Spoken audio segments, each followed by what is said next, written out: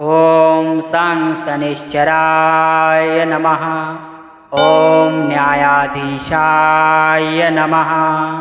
ॐ सं शनिश्चराय नमः।